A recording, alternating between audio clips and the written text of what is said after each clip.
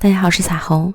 想吃老式蜂蜜蛋糕不用买，教你在家做，简单无添加，一点都不比买的差。视频最后有配方详情，大家可以截图保存。首先在无水无油的碗中打入4个常温鸡蛋，这4个鸡蛋的总重量是带皮220克，挤入少许柠檬汁去腥，再加入50克蜂蜜、40克白糖，用电动打蛋器高速打发。后面几分钟要转低速打发，消除蛋糊中的气泡。打发至提起打蛋器，可以画出清晰的纹路，并且可以保持一段时间不消失，就说明打好了。然后筛入140克低筋面粉，如果喜欢吃蛋糕松软一些的，可以将面粉减少10克。再用从底向上的翻拌手法拌匀，切记不能花圈搅拌，以免使蛋糊消泡。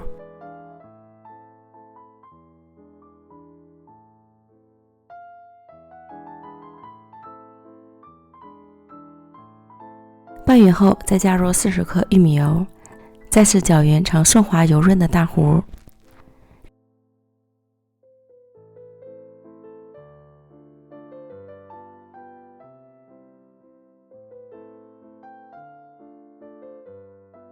然后倒入到裱花袋里，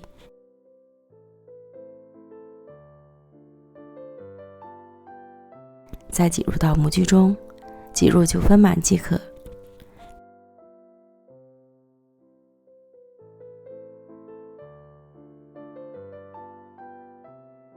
表面再撒一些芝麻蒸香，蒸出大气泡。送进预热好的烤箱，上下火170度烤25分钟。具体时间和温度还要根据自家烤箱的脾气来调整。烤得稍微老一点，表面酥脆更好吃。晾凉之后脱模开吃，松软有弹性。这种老式蛋糕吃起来口感扎实，纯纯的老式味道。从小到大都喜欢吃这种蛋糕，喜欢的朋友你也赶快试试吧。今天就给大家分享到这里，咱们明天见，拜拜。